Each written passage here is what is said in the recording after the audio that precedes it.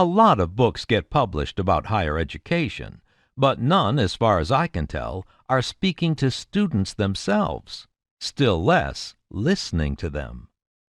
I begin the book by discussing the system itself, one that, to put it in a nutshell, forces you to choose between learning and success.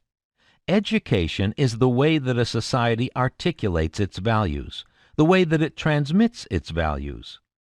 While I'm often critical of the sort of kids who populate selective schools, my real critique is aimed at the adults who've made them who they are.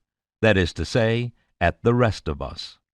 Part 2 begins to explain what students can do as individuals to rescue themselves from the system, what college should be for, how to find a different kind of path in life, what it means to be a genuine leader.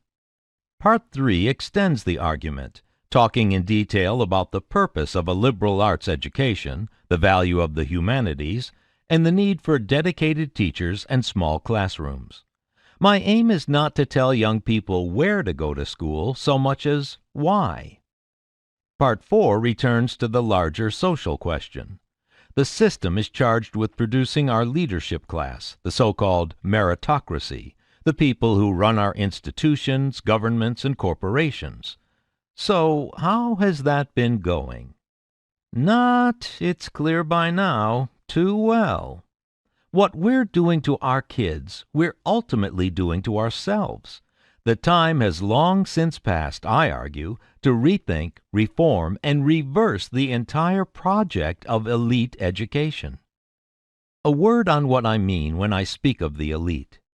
I don't intend the term, as it is often now deployed, as a slur against liberals, intellectuals, or anyone who disagrees with Bill O'Reilly, but simply as a name for those who occupy the upper echelons of our society, conservatives as well as liberals, business people as well as professionals, the upper and the upper middle classes both, the managers, the winners, the whole cohort of people who went to selective colleges and are running society for their own exclusive benefit.